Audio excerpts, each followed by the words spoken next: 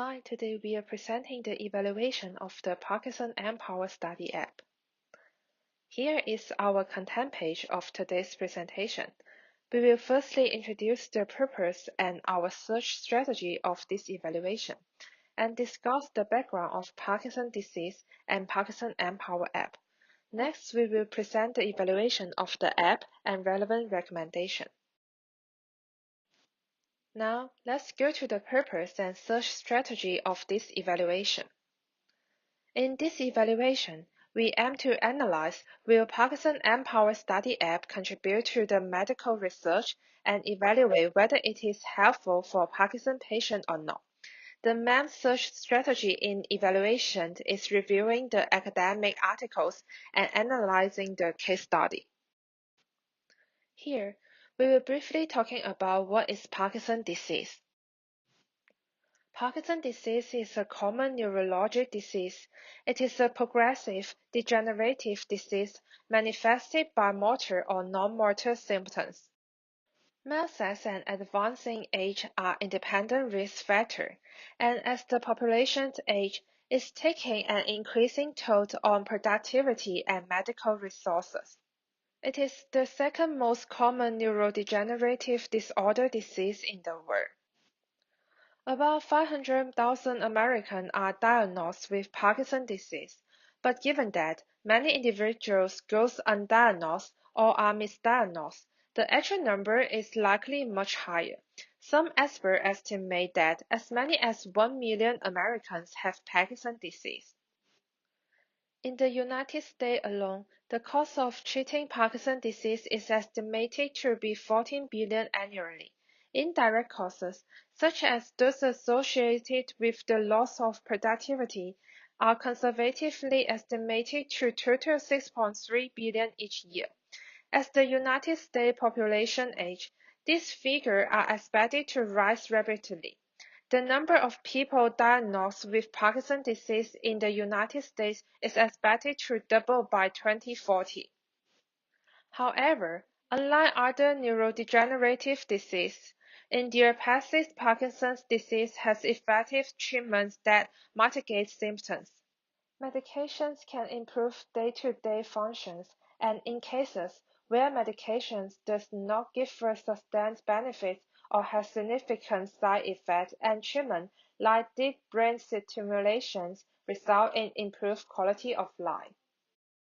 So, we would like to introduce a Parkinson's disease study application, Parkinson mPower.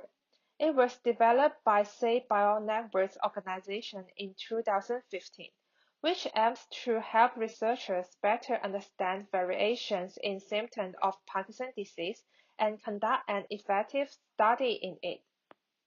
mPower is a personal tool and research instruction to track symptoms of Parkinson's disease, review trends, and share this information with researchers.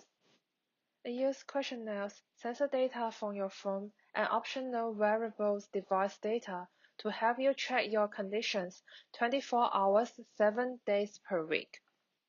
And then ask those candidates in the study to complete tasks such as speaking, tapping on the phone, walking, and balancing.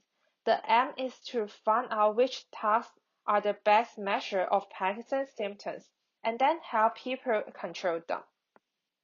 Here are some key features of Parkinson mPower Study app. Innovative activity-based measurements of Parkinson's symptoms that include a memory game, finger tapping, voice recording, and walking. Share insights and partnered with researchers. Get educated about symptom variations. Import daily physical activity measurements through Apple Health app.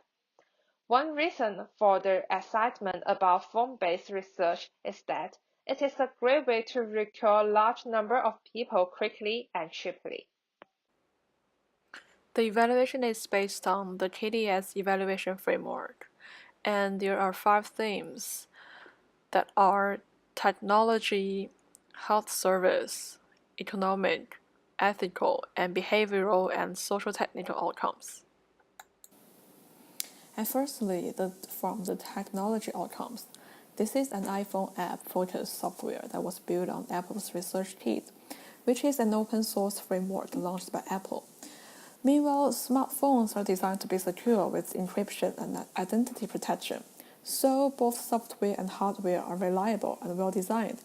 The study utilized the novel remote approach to enrollment, in which participants self-guide through virtually engaging yet completely informed consent process prior to deciding to join the study. Accuracy of the records can also be ensured by the sensor-based recording systems.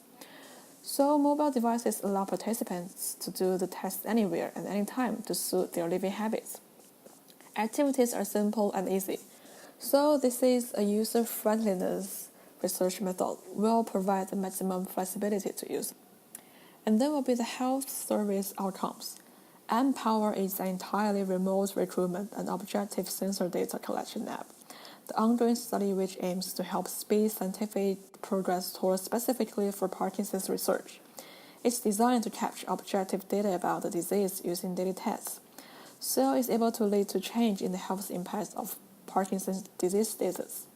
The study explored the possibility of frequent assessment of symptoms of Parkinson's disease can be made with personal smartphone devices. Using app-based studies, the results explore the changes in the longitudinal test performance that can be quantified and used for the prediction of the disease. The features extracted from activities included in mPower provide a personalized quantified measure of phenotypic changes in Parkinson's disease that can be clinically validated. And for the economic outcomes, in the hospital environment, the collection of high-frequency longitudinal data from a large subject group will be costly and strategically difficult. The remote method allows researchers to collect enormous data while minimize the cost of research. In addition, this iPhone app was developed by Sage BioNetworks, a non-profit research organization, in collaboration with researchers at the University of Rochester. So the cost, utility, and cost benefit can be maximized. And for ethical outcomes, unlike the traditional research studies, mPower participants are able to choose how they wish to share their data. Participants are given the option of sharing their data only with the mPower study team and its partners, or sharing more broadly with qualified researchers worldwide. App source code for these data collection modules are available through an open source license for use in study. Lastly, for behavioral and social technical outcomes, smartphones are being general increasingly, and now owned by 58% of the US adults, including 47% of those with a household income of less than US dollars about 30,000. And now let's move to the weakness. So for health service, even the study can benefit from large enrollment and repeated measurements on many individuals, but not all received data are valid. For example, one of the questions in survey is to provide a diagnosis label, but there are 1/7 of participants did not provide the diagnosis label. On the other hand, the study recruited nearly 8,000 participants in the early stage, but only about 25% of users maintain at least weekly use of the app. Over 9 months, the active rate is decreasing dramatically.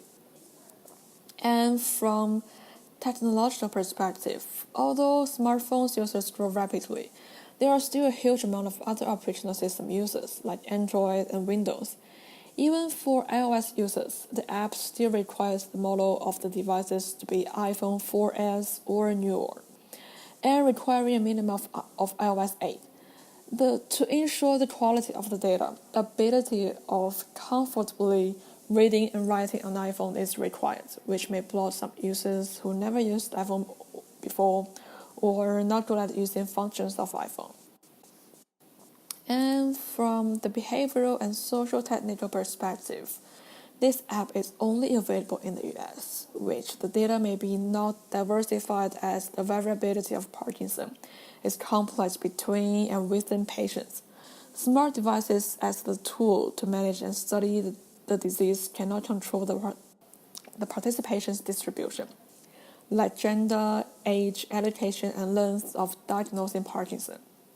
For example, within the Parkinson mPower study, respondents report having completed significantly more formal education as compared with the US general population.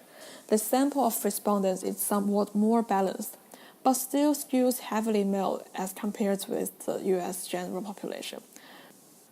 Lastly, the ethical concerns is the participants' concerns about their privacy and confidentiality due to participants' limited understanding of study procedures, which often complicates their comments about privacy and confidentiality. For example, one respondent said that iOS reported that the app is recording the location. So, in order to cope with the challenges, here are some recommendations. Firstly, improve the development on other operational systems like Android and Windows to improve the scalability and balance of participants, and allow the availability in not only US but worldwide to achieve wide range and diversity of participants. Then gamification is able to work as the motivators to sustain participants' interest. We can set tasks and targets in the app to encourage people to continually participate to the activities. Just make everything a game. We can also allow the participants' spouse or other people who can be supervisors to enroll to ensure the long-term participation of daily activities and to ensure the validation of the data. And lastly, allow participants to know the utility of their data and provide feedback of the study to help participants study to stay motivated. And here are our references. And thank you for watching our presentation. I hope you enjoy it.